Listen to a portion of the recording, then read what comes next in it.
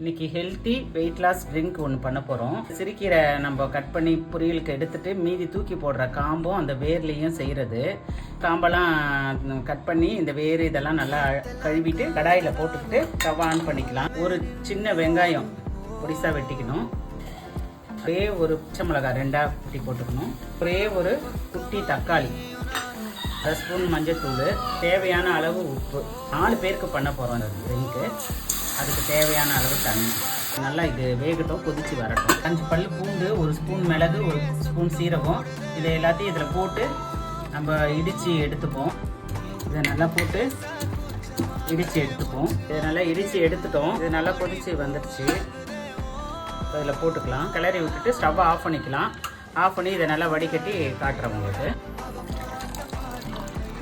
Weight loss பண்ணுறவங்க வெறும் வயிற்றில் குடிக்கலாம். ப்ரெக்னெண்ட்டாக இருக்கிறவங்களும் இதை குடிக்கலாம். அவங்க எந்த நேரம் வேணாலும் எடுத்துக்கலாம்.